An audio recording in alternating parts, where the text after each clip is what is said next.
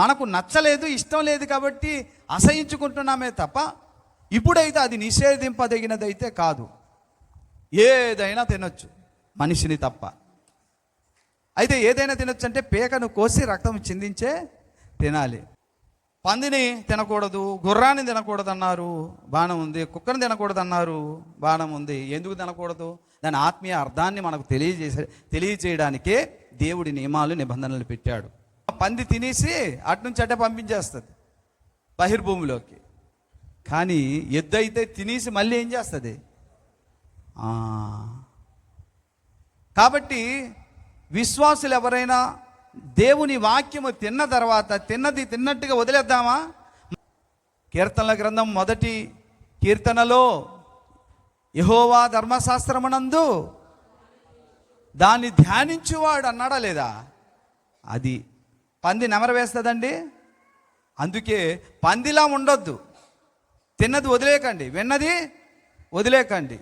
తిరిగేం చేయాలి? మీరు ధ్యానిస్తుండాలి. కాబట్టి మీరు ఎద్దునే తినండి అంటే ఎద్దులా ఆత్మీయతలో ఎదగాలి. మరి కాలం స్థిరంగా ఉంటుంది. ఆ గిట్టలు స్థిరంగా ఉండి పిల్లరా ఆ పొలాన్ని దున్నడానికి కాలు ఇలా మోపి వెనకాల బరువులు లాగితే పొలం అంతా చేరలుగా దున్నబడతాయి. అలా దున్నబడాలనుకుంటే గ్రిప్ ఎంత ఉండాలి? గుర్రానికి కూడా గ్రిప్పులు ఉంటాయి, స్పీడ్గా పరిగెడుతుంది. కానీ దున్నడానికి పని చేయదు.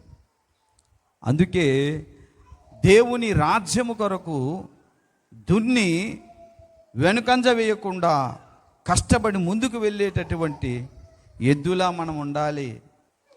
1 కొరింథీ 15:58 కాగా నా ప్రియ సహోదరులారా, మీ ప్రయాసము ప్రభువునందు వ్యర్థము కాదని ఎరిగి స్థిరులను కాదాలని వారు. ఎన్నో శ్రమలు వచ్చాయి, దేవుని విడిచిపెట్టలేదు. యోబులాగా ఎన్నో కష్టాలు, వ్యాధులు, రోగాలు వచ్చాయి, అవమానాలు ఎదురయ్యాయి, అపజయాలు ఎదురయ్యాయి. కానీ దావీదులాగా విడిచిపెట్టలేదు విశ్వాసము.